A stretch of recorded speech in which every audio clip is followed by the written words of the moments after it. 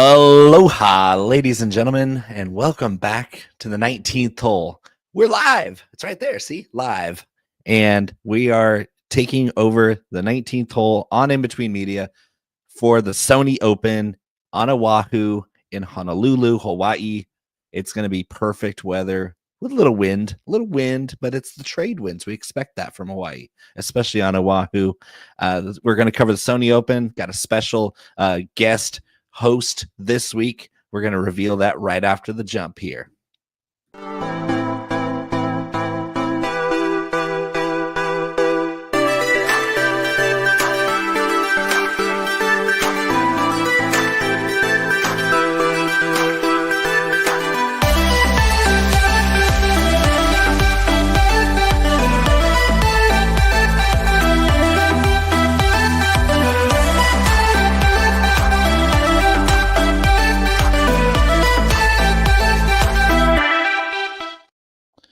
Aloha again.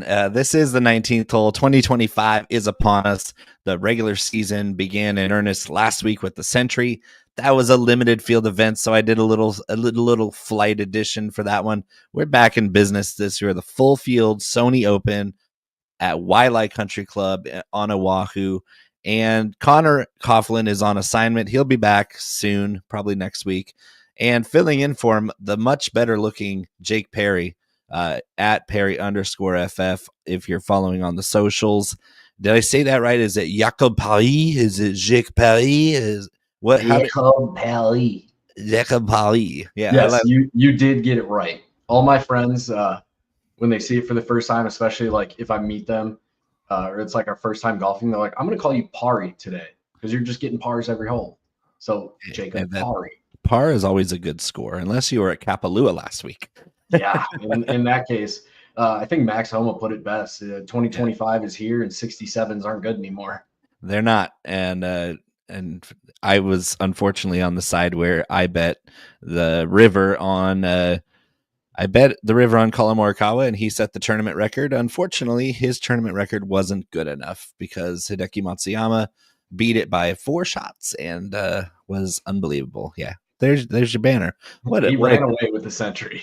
He ran away with it. Flawless golf. He was probably still pissed off that he didn't shoot 62 every round like he did at Riviera last year and was still upset. I was going to say, imagine when he hits a golf shot that he likes. No, it doesn't happen. If it's a shot he likes every time, we may be looking at Tiger Woods times 30. Yeah, I mean the math is math in there. All right, so we got a little bit of a different layout this year. Jake is kicking off the new year with us. I'm excited. He actually doesn't need an introduction. This is a golfer himself, a fellow golfer who knows the professional game. He knows the amateur game. So let's jump right into it. We have a new segment called the News Niblick. And if you're a golfer, you know what a Niblick is. If you don't, look it up. You got Google right in your hand. All right. Well, yeah, I see. I've already got the jitters. News Niblick. News Niblick.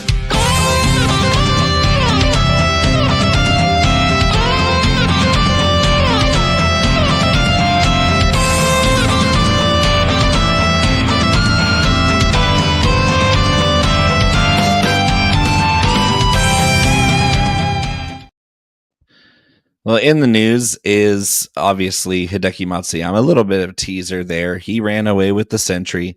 Yeah, 35 under par. Is that absurd? I mean, all-time record. I've never played Kapalua Plantation Course, but I've had friends that played it, and it's very undulating. It's basically built on top of cliffs. And from the tips, it was 7,500 plus yards. And these guys made it look like your local Muni that's 6,800 yards. What the hell happened where it's like you got a bunch of hackers that can't even break 100 on this course at Plantation, but Matsuyama goes out there and shoots 35 under. Colin Morikawa shoots 32 under, despite a very disappointing 1 under par front nine on Sunday that killed everybody's chances that follows me. Jake, what was your takeaway from the Sentry and all that crazy scoring? Yeah, I actually have played Kapalua, shot an 83 when I played the plantation course, and it is very scoreable. Respectable. It was my first round after a swing change. I had those first tee jitters, put the first tee shot out of bounds, and that was the only OB ball of the day. So we were happy from there. But I mean, it's truly it's a bit of a bomber's paradise, but also doesn't necessarily need to be. You know, if you can place your ball where you want on the drive off the tee shots, most of the time you're getting upwards of 30 yards of roll out there. I mean, it's one of the few courses in the world where a 679-yard par 5 can be reached in 2 pretty consistently. Yeah. But yeah, I wasn't overly surprised with the scoring. If you look at kind of the history of the Sentry, we've seen a lot of low scores there. The previous PGA Tour scoring record was set there. I believe that was Justin Thomas in 2020. Yeah, 2019. Yeah, right around there. Yeah. So yeah, this is a very scoreable course. I predicted the scores. I predicted the winning score to be, you know, kind of the high 20s. Wasn't necessarily expecting the all-time lowest score in PGA Tour history. Yeah, it was surprising to say the least. I thought it was going to be 30, just shy of the previous course record or tournament record, which was Cameron Smith of a couple of years ago. I'm a huge Cam Smith fan, so I know those little tidbits about the Aussie with the flowing mullet and terrible mustache. Hey, that kind of looks like you. I was going to say, one time I was at a doctor's office, not my normal one. The doctor was like, have you ever told you look like that golfer? And I was like, yeah. It was when my hair was shorter too, and it was more of a mullet. They were like, well, I mean, if you could roll the putts like Cam can, then you should say absolutely. I'm a good putter, but yeah, Cam takes the cake there against me. Oh, sure. To say the least. So within the gameplay, there was a funny story. I believe it was on Saturday. Cam Davis and Will Zalatoris playing together. One of them decided to hit their approach shot with the other person's ball, and then neither one of them caught it until they had holed out on the hole, and they found out after the round that they had played each other's ball for an entire hole, and they were each assessed a 2-stroke penalty, and it cost each of them 6 figures in potential earnings for the week because of turning a birdie into a bogey on that hole. That's what do you think? Has that ever happened to you where you play the wrong ball for more than one shot? That seems crazy to me, especially on tour. Yeah, it hasn't happened to me as an amateur. I can't imagine it happening on tour, and that's one of the things that I hate about the tour is like, why do we not just have a spotter for every person? Right. Especially since we have shot track and all this fancy stuff. It's like you have all this stuff and nobody says, hey, that's not your ball. Yeah. Why is there not a person right there? How, also, do they both need to mark their ball more uniquely? I guess so. Because, I mean, they're all 80% of them are playing Pro V1s out there. Right. And very similar unless you mark them with, for me, I mark my Pro V1X with a green like a green clover over the number, so it's pretty distinct. On both sides of it you can see a very big green Sharpie clover on it. So I mean, it's unmistakable, even though I play the same ball as just about everybody else out there. That's for me, that's just it makes me, I have no idea how PGA Tour professionals don't have their ball marked in a way where you're not going to make that mistake. Yeah, I don't get it. Most of my friends are hackers. Most of them don't play good balls. So at least I get that. I'm playing the Pro V1X myself as well. I'm playing a Kirkland Signature. You're playing a Max Fly Noodle, and I'm playing the Vice ball I found in the ravine over there. And and yours says range on it. Perfect. Got it. Red, scraped up stripe on the side. Yeah, it's 2 lines. Just add a second little line. If you're doing what a lot of golfers do and just do the solid line all the way around to help line up the putts and whatnot, just add a couple dots. It's not going to throw you off your game that much. We're going to be okay. Yeah, I think Cam Davis and Will Zalatoris will absolutely make adjustments to their golf ball markings on the heels of that costing them more than $100,000 each. I'd be calling Titleist and being like, just stamp CD all over my ball, stamp WZ all over my ball. Willie Z. Yeah, just something that shouldn't. Yeah. It definitely should not be happening when you're playing for, like you said, hundreds of thousands, millions of dollars. This is, it's a mistake that neither one of these guys is going to forget for a very long time. And honestly, they may play slower now because they're going to quadruple check that it's their ball. Yeah. I'm all for a good pace of play, but I'm also all for paying attention and not playing somebody else's ball for an entire hole.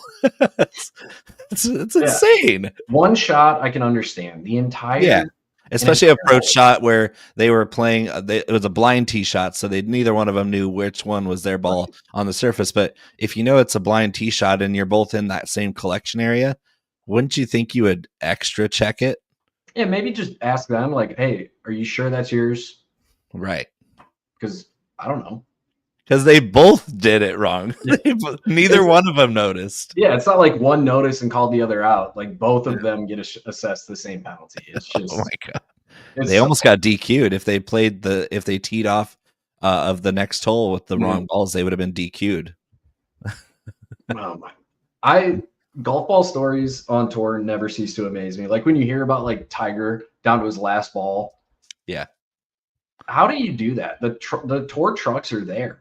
You go, hey, give me 70 balls. And you're not going to need them all that weekend, but they're there. Even if you scuff 3 or 4 and have to toss them, then you still have plenty. Exactly. I get, maybe you want to take some weight off the caddy's shoulders. I get it. But at the same time, like let's keep some spare balls so we're not down to 3. Yeah, that was in the Joe LaCava days, though, so he could easily carry that bag. If it was Fluff Cowan back in the early days, I'd lighten the load for Fluff, but that was back when Tiger was unbeatable. So I have no mercy. None at all. Okay, so the last story we're going to cover here is the release of the PIP rankings, which is basically the PGA Tour's response to decades of underpaying the tour players for the exposure that they gave the PGA Tour, and so they pay out based on social media posts, like how much exposure does this player bring to the tour as an entity, and so. Drum roll, big surprise, Mr. Eldrick Tiger Woods won the PIP again as the most famous and talked about golfer in the world. Shocker. Oh, so surprised. He played 15 rounds of golf, finished 72 holes one time. It doesn't matter because you're Tiger frickin' Woods. Yeah, they should have just called this the Tiger Woods rankings. And given him $10 million and given $10 million. Thank you, Tiger. Next is Scottie Scheffler, who of course was as good as you can be on a PGA Tour season. Shadows of Tiger Woods in 2000 through 2006, which that was 7 seasons straight of doing that what Scottie did. But I think it was more like Vijay Singh circa 09. That was a great year for him where he won a bunch of tournaments and could have won more if he could actually make putts. But Scottie Scheffler, same kind of thing. He didn't find his groove with the putter till mid-season, and then it was curtains for everybody else. When he was when he was in the field, it was like, you better hope he gets arrested because otherwise he's going to win. Yeah, wasn't it the number 3 in the PIP rankings? Rory McIlroy suggested he switch to a mallet from a blade, and well, that turned Scottie into what we know him as today. So thanks, Roars. Really good. Thanks, Roars. You just cost yourself. Literally, probably cost himself again hundreds of thousands, if not over $1 million, just because he made Scottie go, "Hey, brother, the putter ain't working. Let's give yourself a little forgiveness." He's like, okay, I'll try it. And honestly, I just think it was the different look of at address when you look down at your putter, just having something different and practicing and lining it up a different way. Because I always thought that Scottie's weakness was reading the greens. Like him and his caddy were never on the same page early in the season when he was struggling. He was missing putts that should have gone down, which meant that he misread a lot of putts. And so for me, it was the change of scenery, give him a little bit of a confidence boost, seeing the putts go in again, even though I think he also got a little sharper at reading greens, because when you use a mallet putter, you have to be a little more conscientious of distance control. That's one advantage, is you can line it up easier with the mallet, but you can control your pace a little bit better with the blade putter. I think that he was more conscious of that, and it helped him to kind of be more conservative with his lines, and Definitely. it really helped him out. And of course, the rest is history because Scotty Scheffler is amazing. He's not in the field though. We are going to switch over to Caddie Notes, which is going to go over Waialae Country Club on the island of Oahu in Hawaii.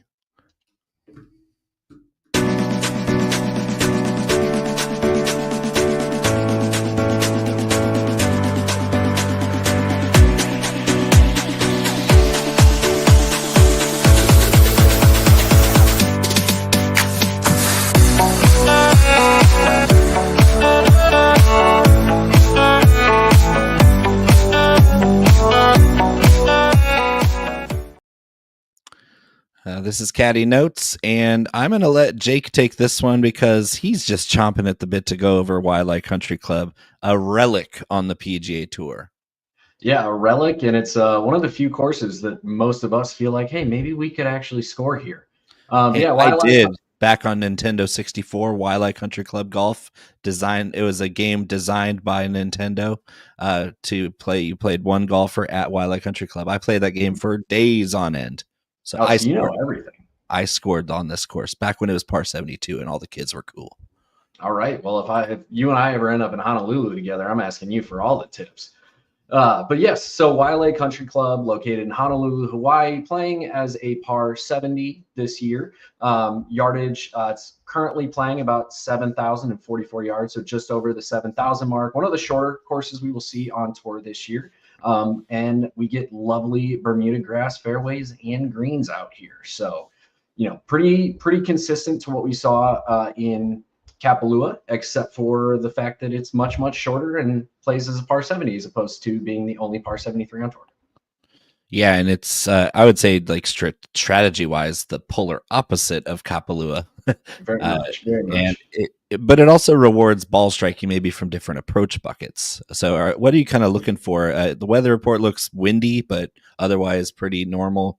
The trade winds do kick up here often, so I don't think it's going to be too much of a factor. You'll have some gusty days, but I think that these guys are expecting a constant trade wind. Yeah, I would agree. The only real rain in any part of the forecast is some showers throughout Wednesday and possibly Wednesday evening. So Thursday maybe plays a little bit softer, but high of 80 basically every day. Sunday is going to be the warmest day. Sounds so nice. It does, for real. Over here in Illinois right now, it's like 19 degrees outside. So I'd be happy if it was 40 playing golf right now. Yeah, I was mad because it got down to 45 when I went on a walk last night. Darn.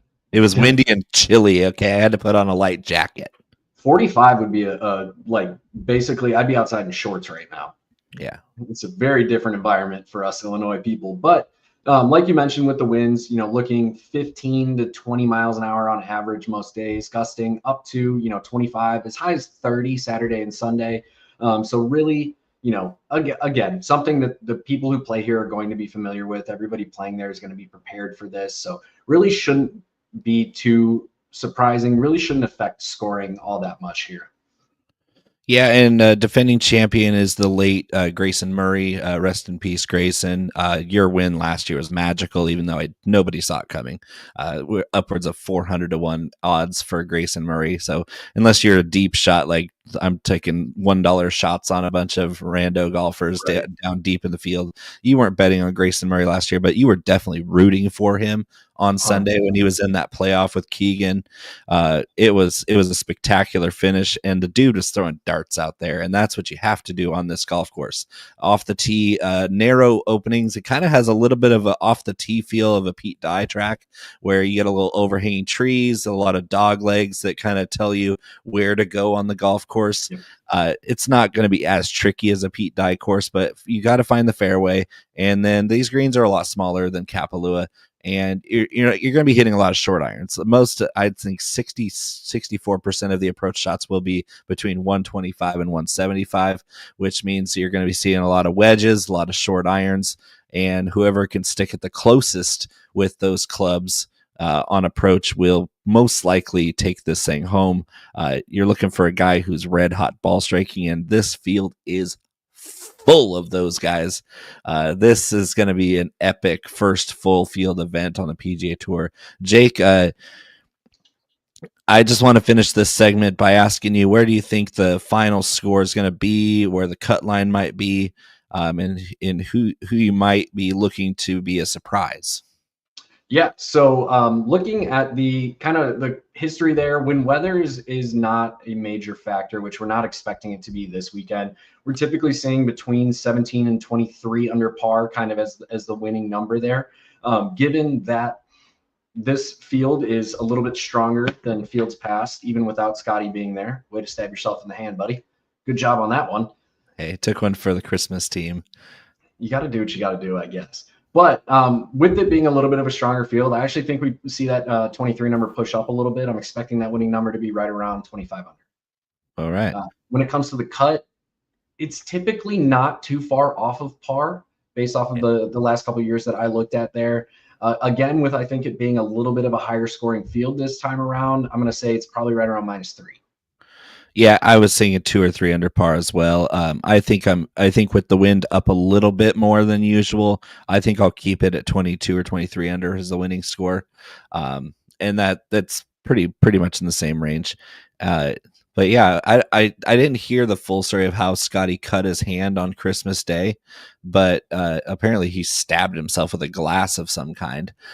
Yeah, the only thing I could think is he was like grabbing it, and as he was grabbing it, it broke, and he didn't realize it. Maybe he was talking to somebody, and then like goes to grab it with the other hand and gets himself or stitches. I don't know. Hey, I mean, playing golf with stitches is not easy. I did it with stitches on my foot from breaking a glass. I dropped a glass of whiskey on the floor, and at the same time it hit the floor and spilled my precious whiskey, my foot landed on the glass and shattered it into the bottom of my foot. And so, yeah, you can't play golf with stitches in the bottom of your foot. So I'm guessing it's relatively uncomfortable to have it on the palm of your hand as well. Yeah, it's probably honestly worse. Honestly, probably the best ball striking round of my life I played on a what I later found out was an ankle that was broken in 2 places, and I completely torn 2 tendons / ligaments in there. You were flushing the irons that day, weren't you? I had a 12 on the first hole. Oh my God. And then shot a 68 the rest of the way. Woo. So yeah, I figured it out. It was a little bit of the old school. I think it was Butch Harmon did kind of that walking shot. Yeah, a little like that. Yeah, well, you're not trying to get after the ball and push it down the course as much. So playing to hit the middle of the club face it's honestly pretty smart. Yeah, I was like, I should probably not swing out of my shoes anymore. No, it hurts. All right. Yeah, when you're looking at like, you also mentioned, some of the potential surprise players that we've seen here. So we do have, a handful of previous winners in the field. Hideki looking to become just the 3rd golfer ever to win both Hawaii events in the first year. In the same year, he's one of only 7 to win both of them, period. So obviously, he's got to be in the conversation as expected. He's like Hansel. He's so hot right now. Literally. But, Siwoo Kim, Matt Kuchar, Hideki, as mentioned, Patton Kizzire, Russell Henley, Ryan Palmer, Zach Johnson, all previous winners who are in the field here.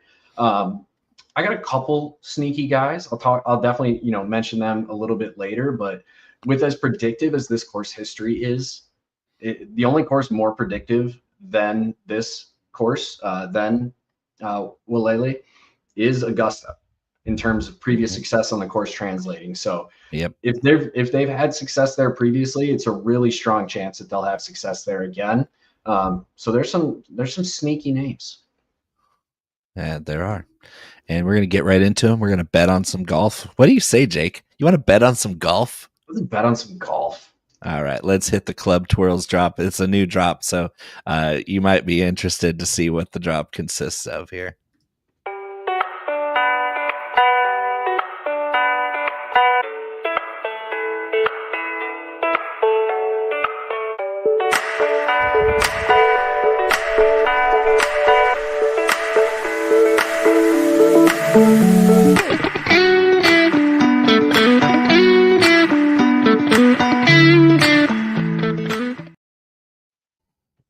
The Club Twirls.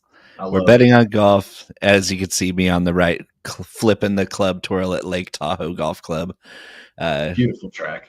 That drive was a monster too. And if you had audio to it, my buddy Joe was sitting behind me, and I hit this tank. I mean, lefty, so left to right draw over this giant tree down at the bottom of the fairway, and it took a giant bounce and onto the front of the green, which was at 365 away. And so I hit a monster drive downhill at elevation, and of course it made a birdie on the hole. But as I made the club twirl, Joe's recording it. He goes, "Bo, nice calves." Gotta love it. It's been immortalized. But yeah, club twirls. We're gonna get right into it. DraftKings Sportsbook is where we're pulling the odds from for the show here.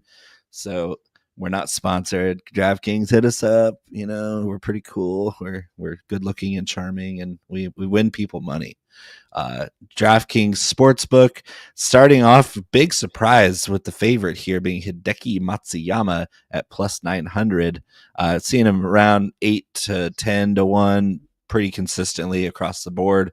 Obvious favorite after what he did last week and with his history here. Talk me out of betting on Hideki this week. It's honestly really hard to. If this putter change that he made, so last week he debuted a new putter. His putter has kind of always been his biggest struggle point on tour. He's known for testing out a bunch of different putters and then never putting them in play and just going back to his trusty one that he was bad with. If this putter change is legit and is what led him, he finished third in the field in strokes gained putting, which is the highest field finish of his career in that stat. If that's real, it's going to be hard to bet, to not sprinkle a little bit. Yeah, it's incredible because this is a ball striker's course. Even though it's a shorter one, you're going to be dealing with more precise iron play versus just bomb it down to a middle of a giant fairway and flip an iron to a gigantic green, and hopefully you're close enough to make birdie at Kapalua. At Waialae, you're throwing darts. This is a dart thrower's paradise. The comp courses is the Wyndham Championship. We see Tom Kim here at 20 to 1, but I'm actually favoring Corey Connors here because what he showed me last week was even more impressive, because as much as we say, oh, Hideki's weakness is putting, it's not a true weakness when you're pretty decent at it. Corey Connors' entire short game has been a weakness, and he was pretty damn nails last week, save for a couple mistakes he made in the middle of the week. This guy's got the exact type of basically his game style fits this golf course extremely well. And at 14 to 1, I think that he's got the firepower to take Hideki down. Yeah, my model that I put together for DFS, the DFS lineups I do over at Fantasy Alarm, Connors came out number one for me. Just especially when factoring in, like you mentioned, short game not necessarily been his strong suit. He came out. You want to talk about how good Hideki was being third in the field in putting? Well, Corey Connors led the whole damn field. Number one, never happened before. Nope. Corey Connors has never led any field all the way back to when he was a toddler in putting. Yeah. Even then, even if he were to go to a local putt course before the Sentry, I'm not sure he would. By my 12-year-old daughter. Exactly. I'm not sure it would have been there. But I mean, like you said, his entire profile really lines up for it. Driving accuracy, this is a course that very heavily favors that. Like you mentioned previously with the approach shots, like you said, looking at a bunch of the approach being in that kind of 125 to 175 range, he scores out really well there. He's got the course history to back it up as well. He's got a T3, 2 T12s, and a T11 in 4 of his last 5 events. He's also never missed the cut here. His average finish is 22nd in the field. Like, if there's a guy who could just get hot one day, seems good. It's him. He was, like I said, my model absolutely loved him. He fits, like you said, fits the course so perfectly, and his previous play here backs that up. Yeah, and that for me, the Hideki number was fine, but the Corey Connors number was just juicy, and so I think I'll still have a little skin in the game on Hideki riding that hot streak, but I think I'll be a little more aggressive on Corey Connors because I don't really like anybody until I get to 21. Is there any, are you kind of looking at Tom Kim, Henley, somebody who could absolutely win this thing, or are you kind of skipping down like me? Yeah, I wouldn't be surprised if one of those guys won. They, again, also have played pretty well here.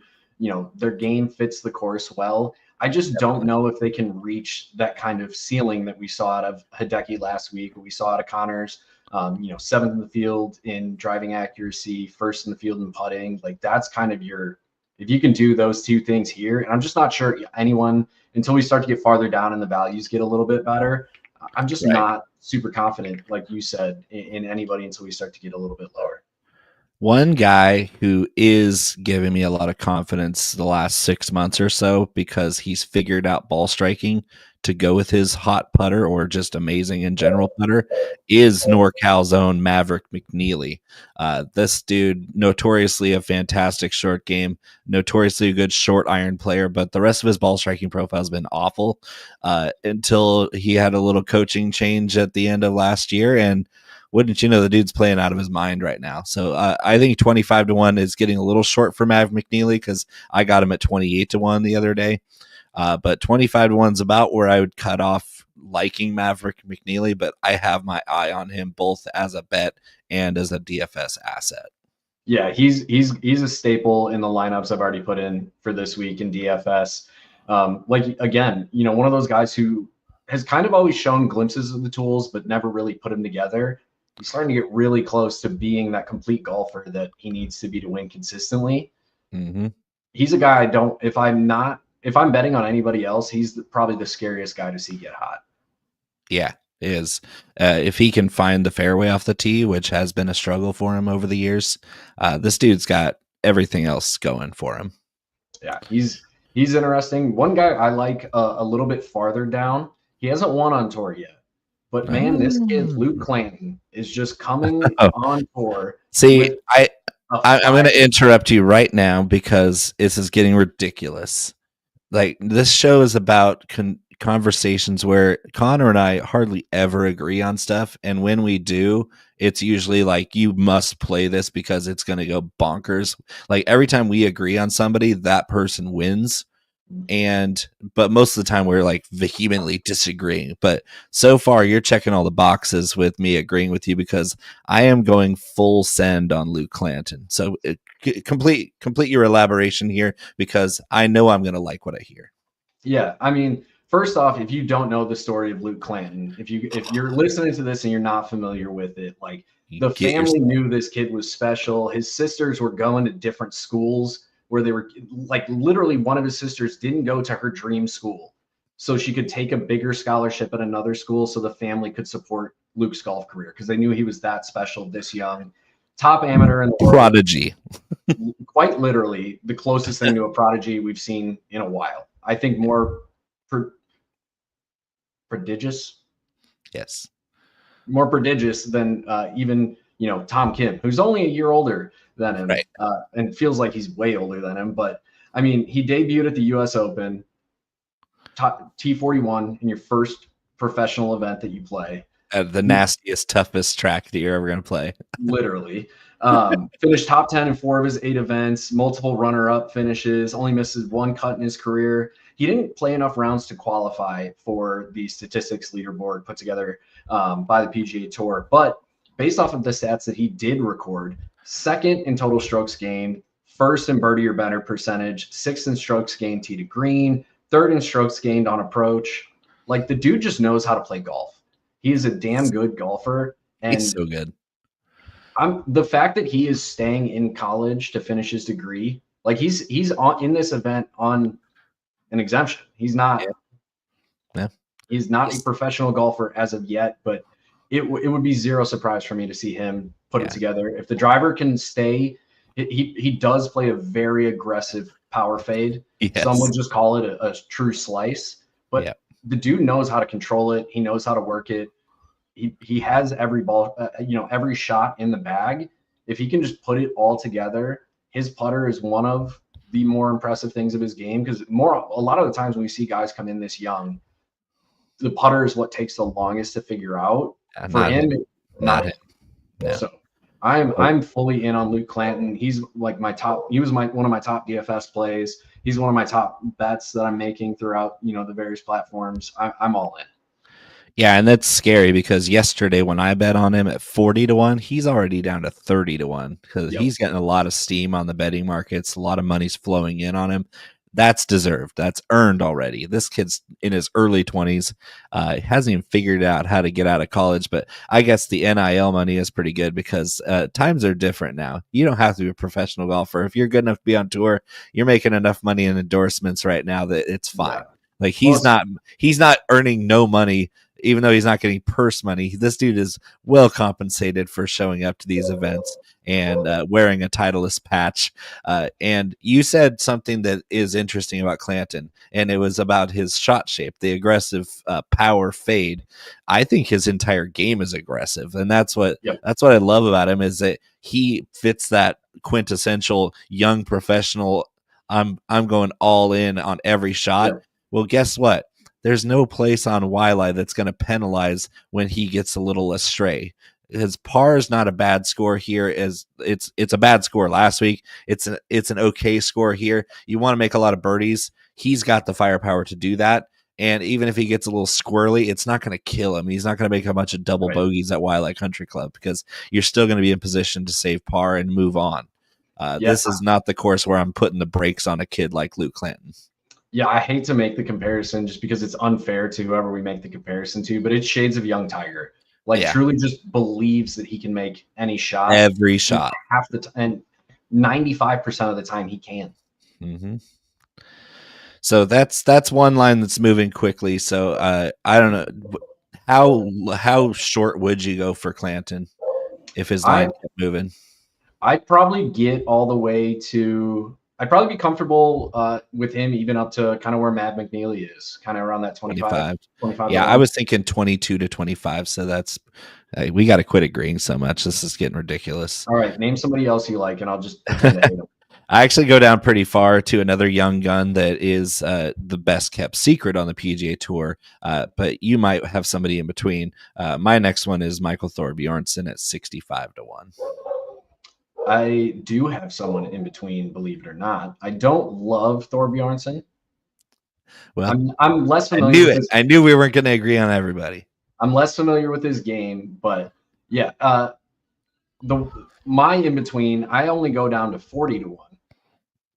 That's Taylor Montgomery. Oh, putting extraordinaire. The man is quite possibly the worst swinger of a golf club on tour. His swing is awful. Like this guy is like, if you wanted to create the worst PGA Tour golfer of all time, you would have Taylor Montgomery's swing and Scotty Scheffler's putting.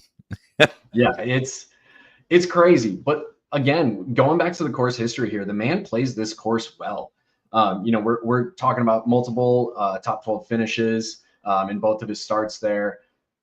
The guy plays here really well. I don't know what it is. Maybe the tighter course forces him to just try and play, be it a little baby draw, a little baby cut, whatever the hole requires, kind of almost turns him down a gear. Not that he has a high gear anyway. He's like basically tour average in terms of club head speed, but he plays here well. He's probably the sneakiest guy I would go to pull this one out. Yeah. Also, his plus 40,000 odds isn't too far off of what Grayson Murray's were last year.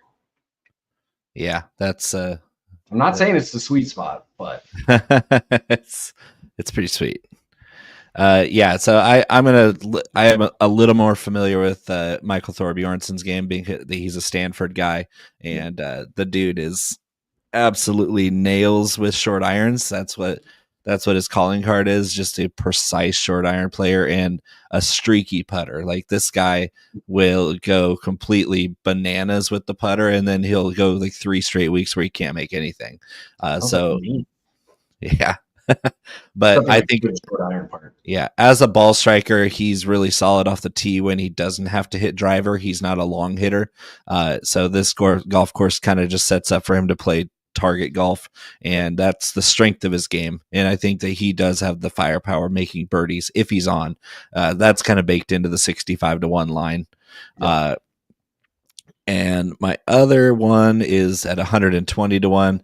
I'm going to wave the Canadian flag on this one and say that Adam Hadwin is way too good of a golfer to be at 120-1 at a course like this, in a field like this. He hasn't been playing well lately, but I think that this is just a crazy line. So maybe throw a couple bucks on the outright, but more likely I'm going to be interested in exploiting the top 20 line there, because if it's plus 550 or plus 600 to make top 20 for a guy like that, then I'll take it.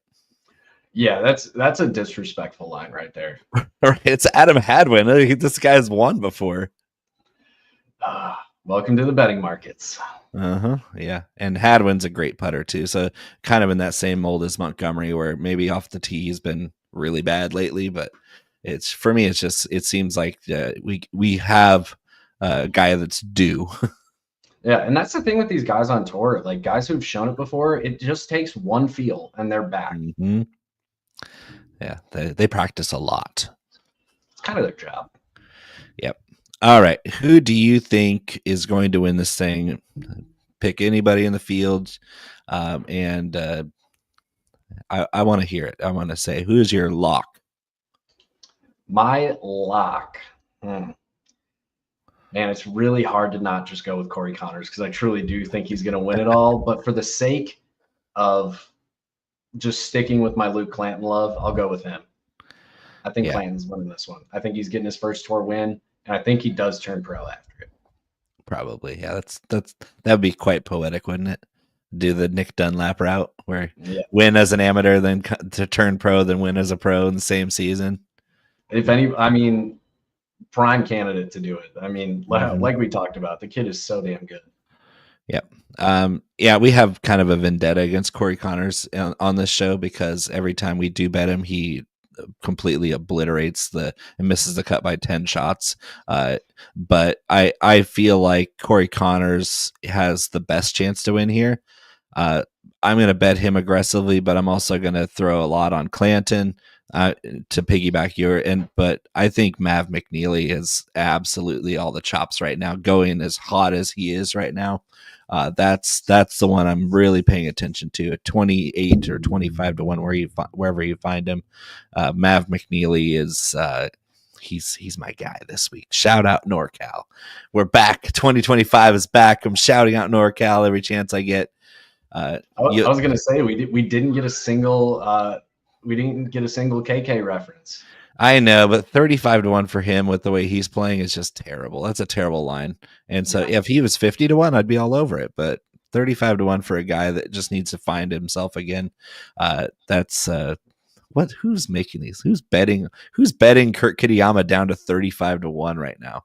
It doesn't make any sense. Hey man, I don't know. I'm not doing it. I lost to his brother in so many high school tournaments. Hey man, it's probably the same people who are betting Sepp Straka to 45-1. I'm still not convinced he's an actual human being.